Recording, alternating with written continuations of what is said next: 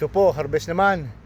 Sabi ko lang po sa inyo, ang pagtatanim po mahirap lamang pag magtatabas, magpapatik. Pero pag yan po ay namumunga na, tagtag po ang pagod ninyo.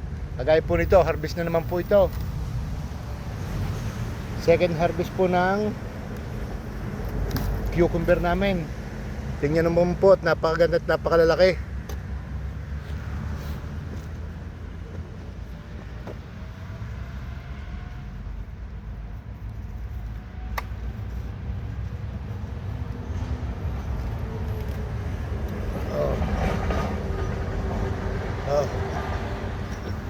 Tagtag po ang pagod kapag naani ka na ng iyong itinanim. Kaya napakasarap po sa pakiramdam. Tingnan po at napakalaki niyan. Ay yan, may harvestin pa po ako doon sa dulo. Kaya sipag lamang po.